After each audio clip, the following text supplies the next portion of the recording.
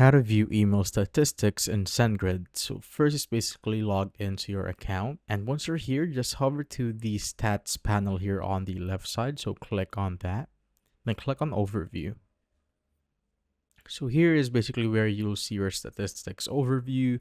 So you'll have the requests, the unique opens, unique clicks, and a bunch of other stuff right there. And you could also set it on whatever range that you want. So it could be days, weeks, or months. And you could also set the date range right there. And also here on the left side under stats is the expert insights. So as you can see right here, all of the analytics. So like your email funnel and the email trends right here. And we also have our deliverability insights. So we have the overview, the mailbox providers, bounced and blocked, and also the spam and unsubscribes.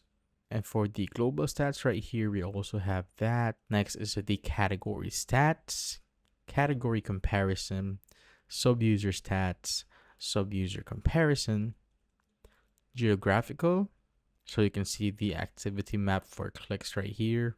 And we also have the email clients and devices, mailbox provider stats, mailbox provider comparison, browser stats, browser comparison, and also the parse webhook. So there are a bunch of statistics that you could check out right here. And that is how you basically view your email statistics in SendGrid.